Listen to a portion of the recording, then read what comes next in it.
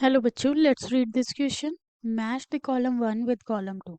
सो ये matrix given है column 1 and column 2 की, for which Rawls law, Henry's law, Dalton's law, event of vector के बारे में हमें कॉलम 1 में दिया गया है।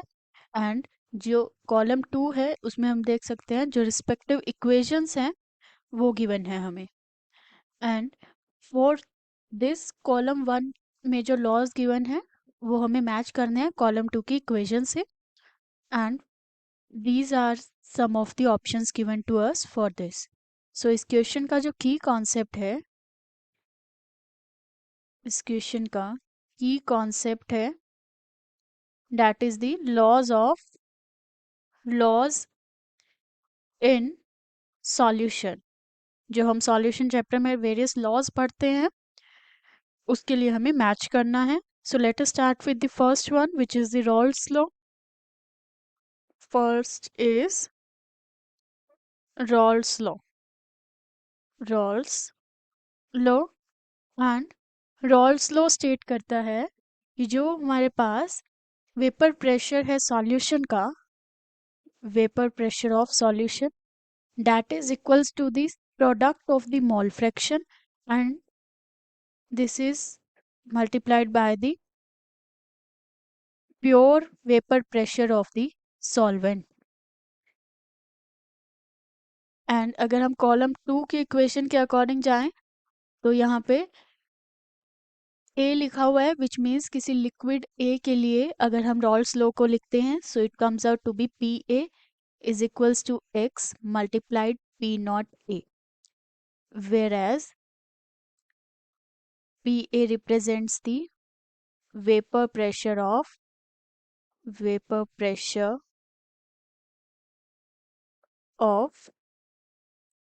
solution, and जो हमारे पास x है वो मोल फ्रैक्शन है, mole fraction of solvent, and p naught a is pressure of vapor pressure of pure A और सॉल्वेंट। हमने यहाँ पे A यूज किया है so we will write A। So ये इक्वेशन है हमारी रॉल्स लॉ के लिए। So A match to the Q। So let us check the next one. B is Henry's law. Henry's law.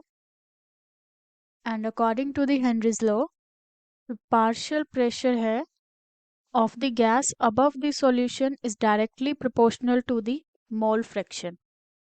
And जब हम directly proportional के sign को remove करेंगे so it comes out to be P is equals to KH multiplied mole fraction, और KH जो है that is the Henry's constant. So here we can write जो P है हमारे पास that is the partial pressure of gas, partial pressure of gas above the solution, above the solution, and KH है Henry's constant, Henry's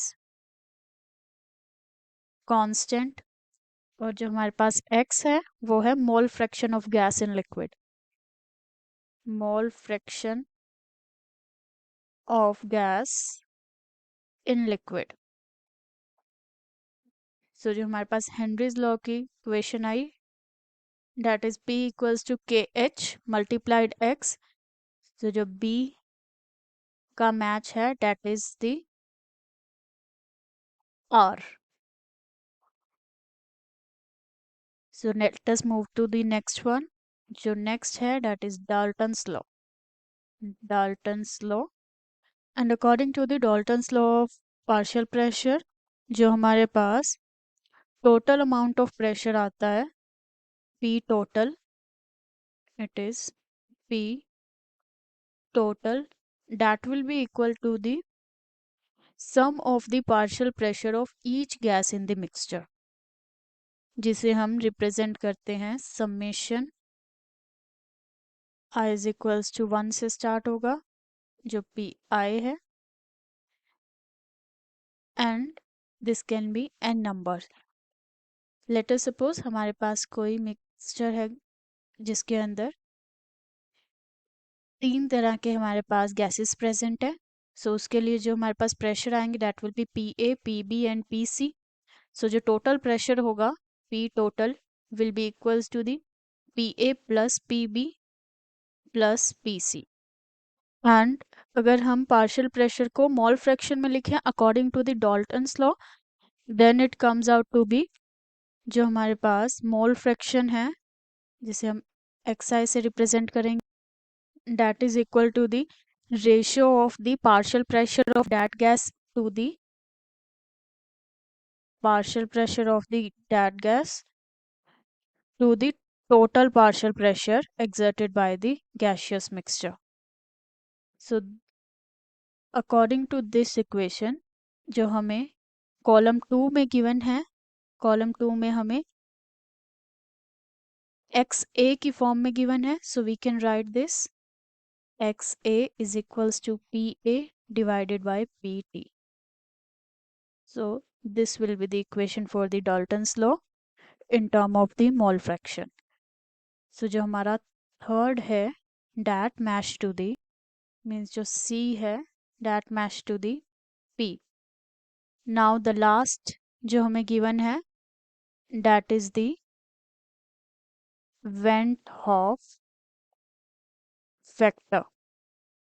Van Hoff factor जिसे हम I से represent करते हैं and जो हमारे पास Van Hoff factor है this represent the effect of solute on the colligative property of the solution. Basically जो हमारे पास सब्सटेंस है वो कितना एसोसिएट हो सकता है और कितना डिसोसिएट हो सकता है वो हमें वेंट ऑफ फैक्टर से पता लगता है। एंड जो हमारे पास फॉर्मूला आता है वेंट ऑफ फैक्टर को हम आयोटा से रिप्रेजेंट करते हैं एंड हमारे पास बहुत तरह के फॉर्मूला होते हैं but according to this match we can see abnormal molecular weight. So in term of this जो हमारे पास फॉर्मूला है that is the normal molar mass और molecular weight divided by abnormal molecular weight, abnormal molecular weight. Now the point is abnormal molecular weight क्या होता है? abnormal molecular weight means जो deviation आता है molecular weight में जब हम find करते हैं। so जो D है that match to the S. so by this we can say जो perfect match है from the given option that is option third. So the final answer is option third, A match to Q, B match to R, C match to P and जो D है that match to S. So option third is the final answer of this question whereas the first, second and fourth option है that are incorrect for this. Hope you understood it well. Best of luck.